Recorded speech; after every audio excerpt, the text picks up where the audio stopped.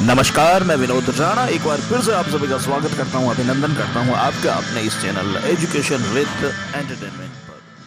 Hello बेटा, आप सबका स्वागत, वेलकम ऑल ऑफ यू।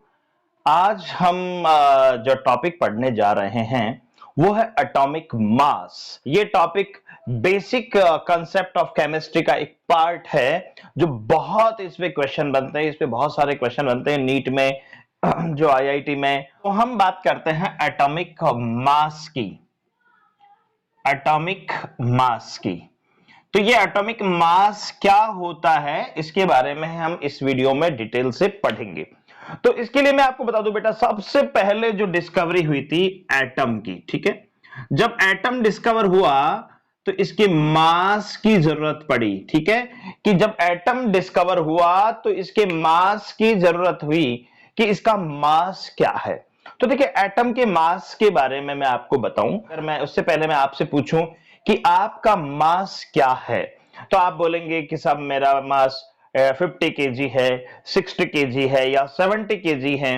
तो ये 50, 60 या 70 केजी कैसे हुआ है, कैसे माना गया? तो आपको बता दो बेटा कि इस दुनिया में जो मास है वो एक आइडियल मास के रेस्पेक्ट में माना जाता है। अब वो आइडियल मास क्या है, जैसे मैं आपको बताता हूं कि आप किसी फ्रूट वाले के पास जाते हैं कि भाई मुझे 1 किलो आप मैंगो दे दीजिए, ठीक है। तो वो आपको क्या करेगा, 1 किलो का वाट एक तरफ रखेगा और उसके रेस्पेक्ट में उसके इक्वल जो है आपको वो 1 किलो मैंगो तोल कर देगा, ठीक है। तो वेट जब वो करेगा तो वो इस 1 किलो वाट के रेस्पेक्ट में करेगा। तो यानी कि ये आइडियल बन गया 1 किलो वाट। अब क्वेश्चन आया कि ये 1 किलो वाट में 1 किलोग्राम ही है, ये कैसे पता चला? तो मैं आपको बता दूं कि लंदन में एक लेबोरेटरी है, लंदन में एक लेबोरेटरी है जिसमें एक प्लेटिनम और इरिडियम का अलॉय मेटल है। कौन कौन? प्लेटिनम प्लस इरिडियम, ठीक है, जिसमें 90% तो प्लेटिनम है, 10% इरिडियम है। ये इन दोनों से मिलकर ये अलॉय है, एक तरह का है, इन दोनों से मिलकर बना हुआ होता है ये एक वाट, है ना। एक सिलेंड्रिकल शेप में एक ऑब्जेक्ट है, इसका जो मास है इसको 1 केजी माना गया है। इस जो सिलेंड्रिकल ऑब्जेक्ट का जो मास है वो 1 केजी, 1 किलोग्राम माना गया है। तो इसके रेस्पेक्ट में ये एक इंटरनेशनल एक यूनिट बन गई और इसके रेस्पेक्ट में किसी भी चीज का मास, अब जैसे अगर मान लीजिए कोई कहूं कि किसी ऑब्जेक्ट का मास 5 केजी है तो इससे 5 टाइम्स ज्यादा होगा उसका मास। आप कह रहे हैं कि साहब मेरा मास जो है 60 केजी है, इसका मतलब इससे 60 टाइम हैवियर आपका मास है। तो इस तरह से एक आइडियल मास ले लिया गया, एक फिक्स मास ले लिया गया और उसके रेस्पेक्ट में मास को हम कैलकुलेट करते हैं। इसके रेस्पेक्ट में हम किसी भी ऑब्जेक्ट का मास कैलकुलेट करते हैं, ठीक है। ठीक इसी प्रकार एटम के मास के लिए भी एक आइडियल एक एटम मान लिया कि इस एटम के रेस्पेक्ट में बाकी जो है किसी भी एटम का मास हम कैलकुलेट कर सकते हैं। तो देखिए बेटा, एटम के मास को कैलकुलेट करने के लिए सबसे पहले हाइड्रोजन का मास जो है एक आइडियल मास माना गया, ठीक है, कि हाइड्रोजन एटम का मास है 1U, ठीक है। इस मास के हेल्प से हम इसके रेस्पेक्ट में हम किसी भी एटम का मास कैलकुलेट कर सकते हैं। जैसे मान लीजिए आपके नाइट्रोजन का मास है 14, इसका मतलब ये नाइट्रोजन का एटम जो है हाइड्रोजन से 14 टाइम ज्यादा हैवियर है। तो इसके रेस्पेक्ट में माना जाता था पहले के टाइम में, बहुत पुराने समय में, लेकिन वो ज्यादा एक्सेप्टेबल नहीं रहा। तो बाद में फिर कार्बन को माना गया, कार्बन 12 को एक आइडियल एटम माना गया जिसके रेस्पेक्ट में दूसरे एटम्स का एटॉमिक मास कैलकुलेट करते हैं। जैसा कि मैंने अभी आपको बताया था कि हाइड्रोजन के रेस्पेक्ट में पहले सभी एटम्स का एटॉमिक मास कैलकुलेट करते थे, ठीक है, लेकिन बाद में ये इसको एक्सेप्ट नहीं किया गया, ठीक है। तो इसकी जगह फिर कार्बन 12, कार्बन 12 जो है उसको as a ideal atom select किया गया। फिर कार्बन 12 के रेस्पेक्ट में दूसरे एटम्स का जो एटॉमिक मास है वो कैलकुलेट किया गया। ऐसा क्यों, कार्बन 12 को ही क्यों माना गया? तो इसके लिए देखिए मैं आपको एक छोटा सा एक एग्जांपल देता हूं। आपको अपनी क्लास का मॉनिटर चूज करना है, मॉनिटर सेलेक्ट करना है, तो आप उस मॉनिटर में कौन कौन सी प्रॉपर्टीज देखोगे?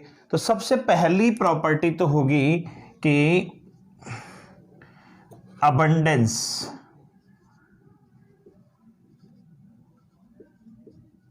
ठीक है, अबंडेंस का मतलब सबसे पहली प्रॉपर्टी तो उस स्टूडेंट में ये होनी चाहिए कि it should be he should be regular, है ना। उसकी प्रेजेंट 100% होनी चाहिए, वो कभी क्लास में एब्सेंट ना रहे।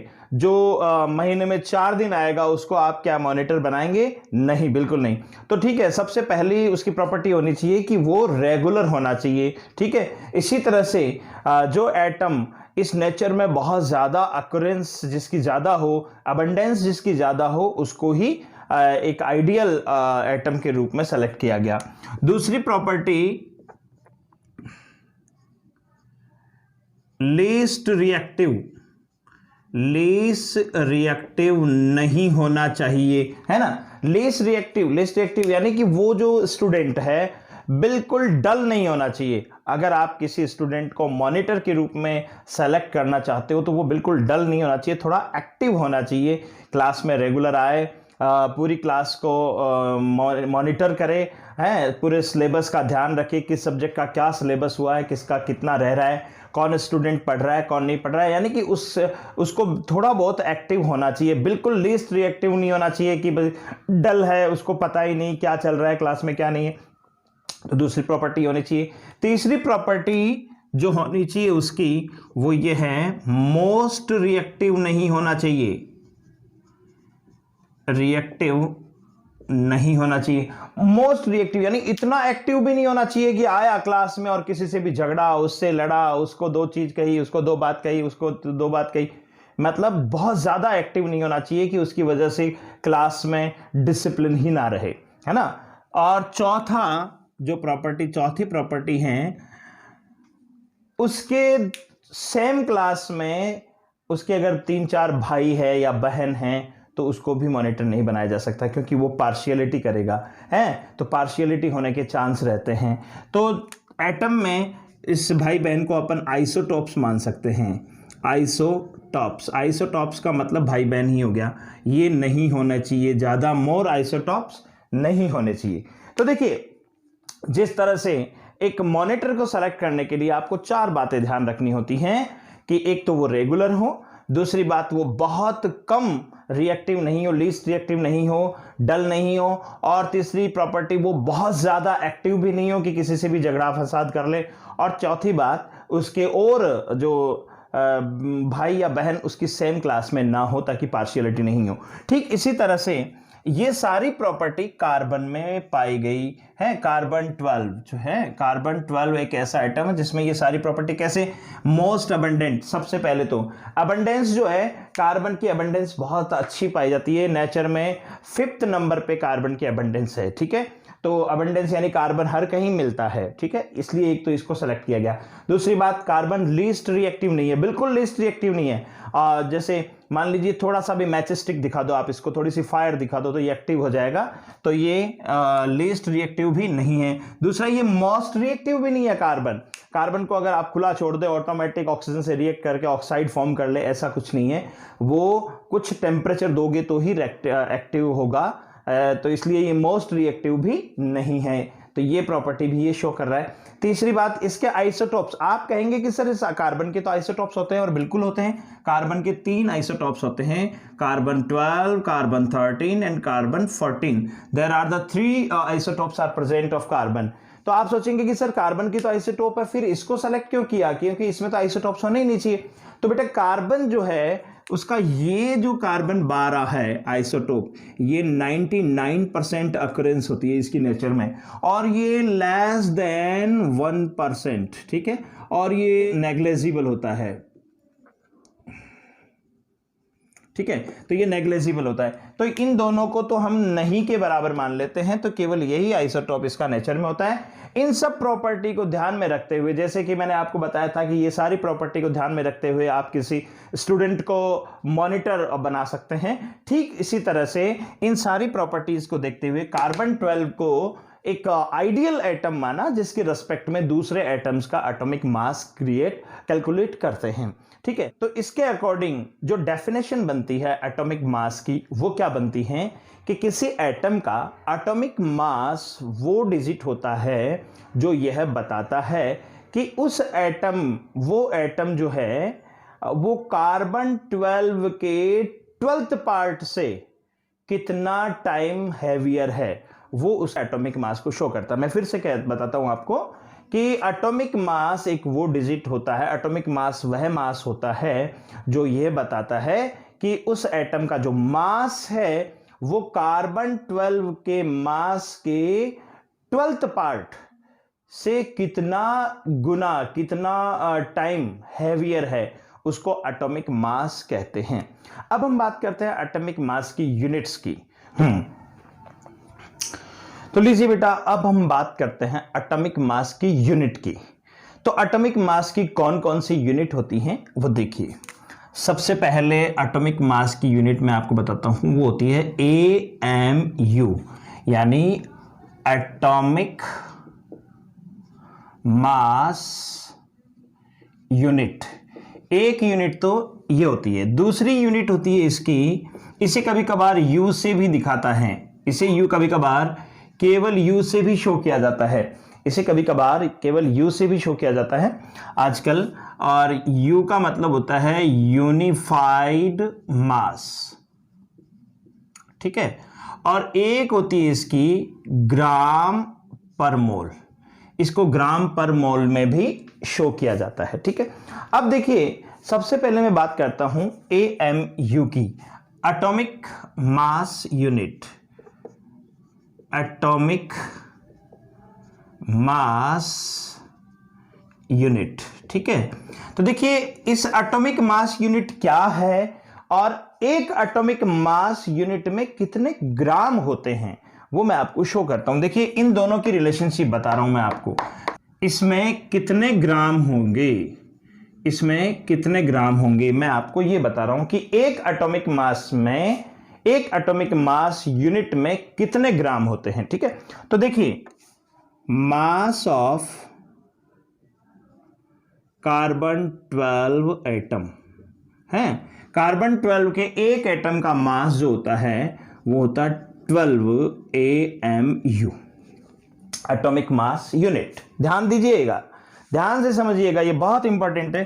तो इसको मैं ऐसे भी लिख सकता हूं, 12 AMU is equal to mass of carbon 12 atom, यानी एक कार्बन 12 एटम का मास होता है 12 एटॉमिक मास यूनिट के बराबर।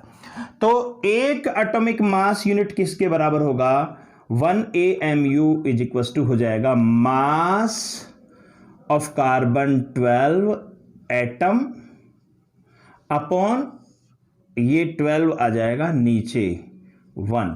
तो एक इक्वेशन तो आप ये बहुत अच्छे से लर्न कर लें, बहुत ही इंपॉर्टेंट है। इस पे नीट में, IIT में, इनमें बहुत से इस पे क्वेश्चन बनते हैं, इन पे क्वेश्चन देखे गए हैं। तो एक फॉर्मूला तो आपका बन गया। ये आपको इसमें जो भी फॉर्मूला मैं ये बॉक्स में बता रहा हूं उनको अच्छे से लर्न जरूर कर लें आप। तो AMU यानी एटॉमिक मास यूनिट का एक फॉर्मूला तो बन गया आपका। तो AMU एटॉमिक मास यूनिट का एक फॉर्मूला तो बन गया आपकी मास ऑफ कार्बन 12 एटम अपॉन 12, ठीक है। अब देखिए, इसके अलावा एक और होता है mass of carbon atom, mass of carbon 12 atom is equal to, mass of carbon 12 atom is equal to 12 gram per mole है, यानी कि एक मोल कार्बन एटम का मास 12 ग्राम है, ठीक है। एक मोल में कितने एटम होते हैं, एवोगैड्रो नंबर के बराबर। तो हम इसको ऐसे भी लिख सकते हैं, एक मोल एटम में कितने नंबर ऑफ एटम होंगे? एवोगैड्रो नंबर के बराबर। तो हम ये भी कह सकते हैं कि mass of 6.022 into 10⁻23 carbon 12 atom. कि 6.022 इंटू 10⁻23 कार्बन एटम का जो मास होता है वो होता है 12 ग्राम है। तो देखिए mass of 12 carbon 12 atom is equal to 12 gram per mole. तो मास ऑफ एक मोल का मास है, इसका मतलब हम ये कह सकते हैं कि mass of 6.022 into 10⁻23 carbon atom is equal to 12 gram. तो मास, तो ये हो जाएगा मास ऑफ 1 कार्बन 12 एटम। ये क्या आएगा? आपके आ जाएगा 12/6.022 इंटू 10⁻23। ये हो गया आपका इक्वेशन नंबर 2।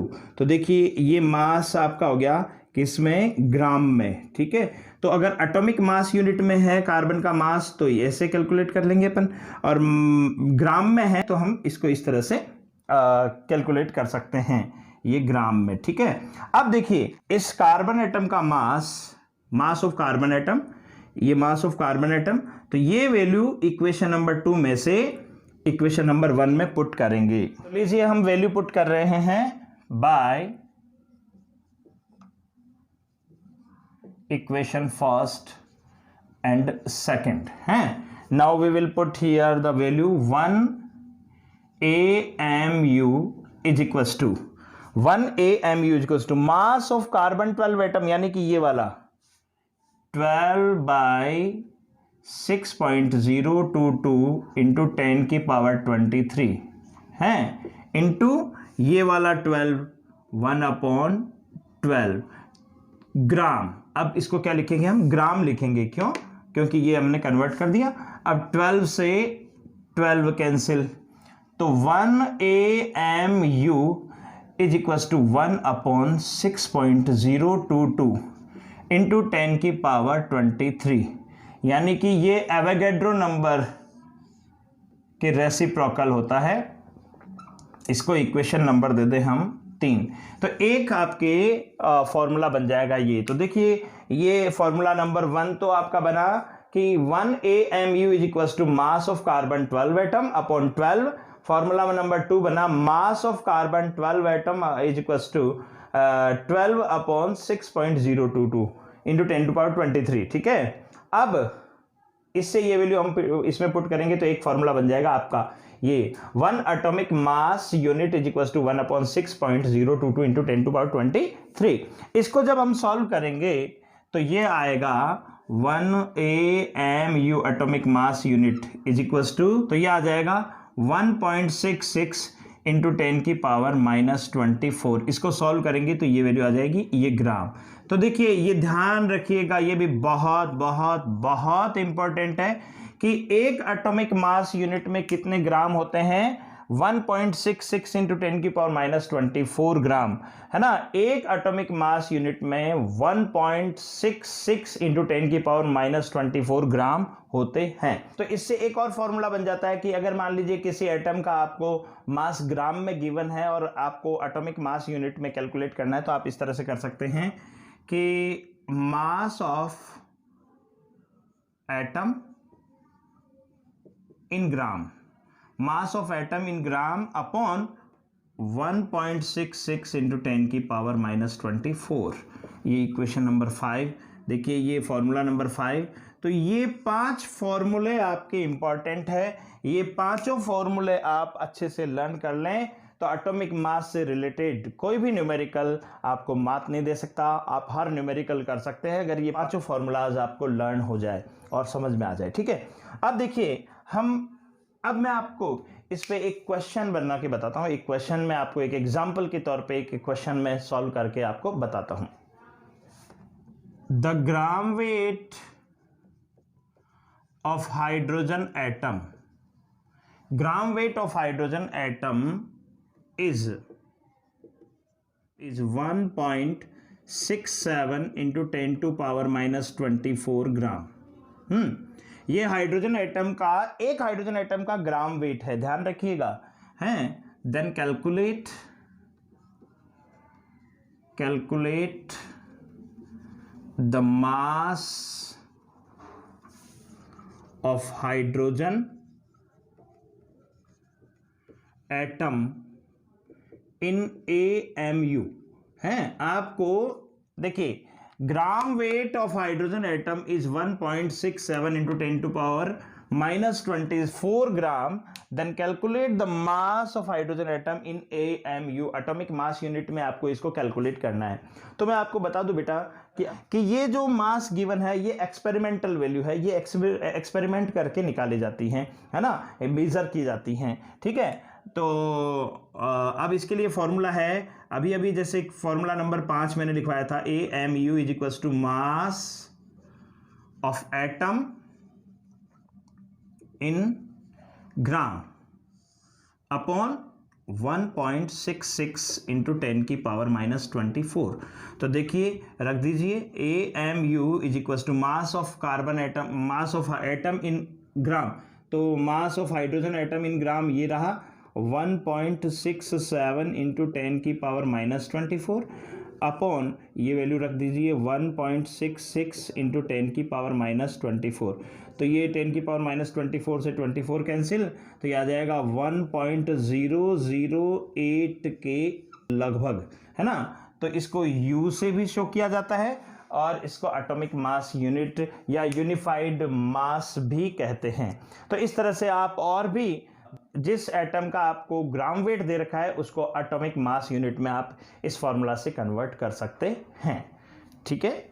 ओके बेटा, तो अच्छे से आप पढ़िए और अगर इस पूरे वीडियो में आपका कोई क्वेश्चन है, कहीं भी कोई प्रॉब्लम है, तो आप मुझे कमेंट बॉक्स में कमेंट कर सकते हैं। Okay, thank you, bye.